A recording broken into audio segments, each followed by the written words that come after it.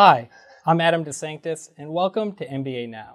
A recent MBA Newslink article highlighted member company WFG's initiatives to help lenders reduce time and costs. Joining us today to discuss is Dan Bailey, Senior Vice President at WFG. Dan, it's so great to have you here again. Thanks, Adam. Good morning or afternoon, depending upon where you are. Yes, afternoon here. Can you tell us what sparked these initiatives at WFG that were highlighted in the article? Sure. So, I don't think it's any mystery that, over the last number of years, we've seen, loan origination costs continue to grow and grow. And I think the MBA's latest data shows that number is now over $10,000 per transaction.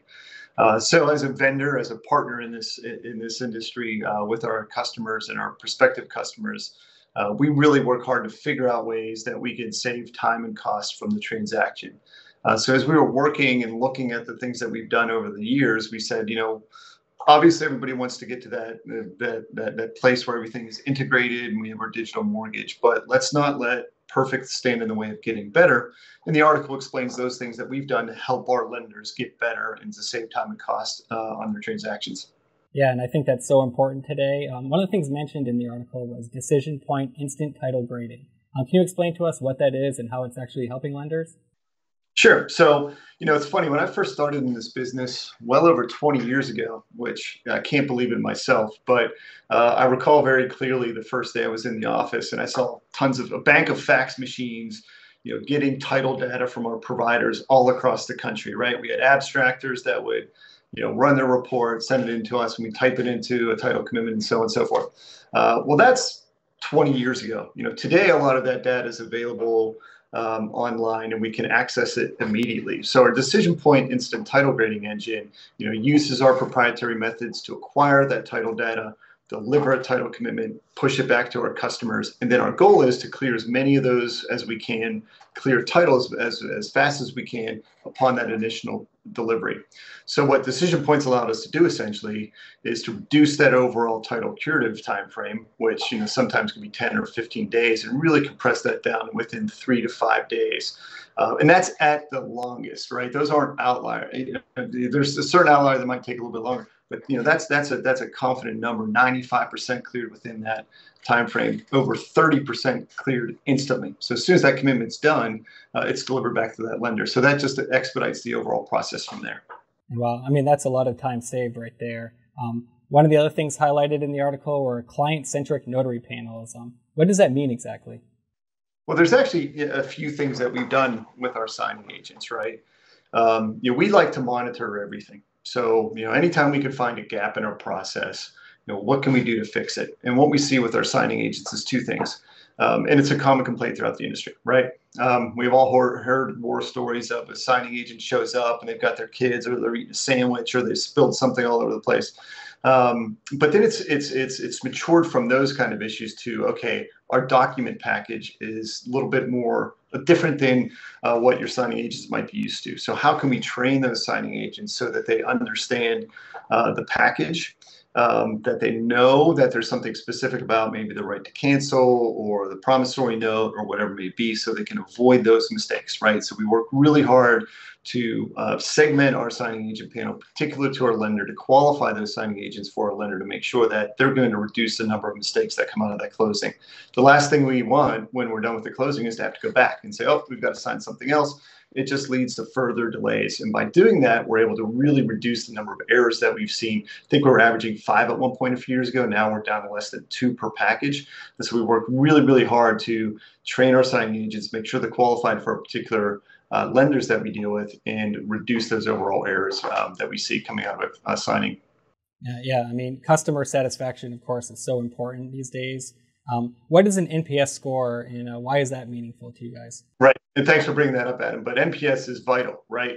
And many times the borrower, right, they don't meet anybody from the lender. They don't meet anybody from my company. They meet our signing agent, right? So that's where the rubber meets the road. And that experience can determine how that borrower feels that entire transaction went.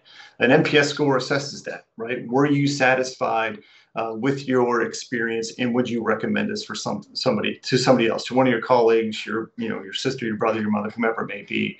It's a 0 to 10 score. It's very popular. A lot of industries use it.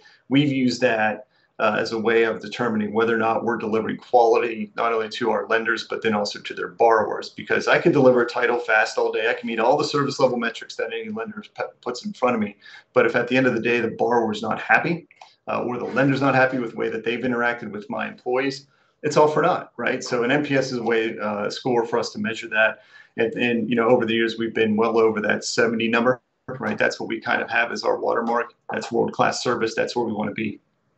A third area of operational improvement highlighted in the NewsLink article is express document handling. How does this process work? So, you know, what I want to be clear of is we're not just talking about fax backs, right? In this industry, a lot of folks say, hey, can't we just execute the documents and have them faxed back to us? And certainly there's more now than ever, we're seeing the digitization of that closing process, whether it's a hybrid closing or a full run closing.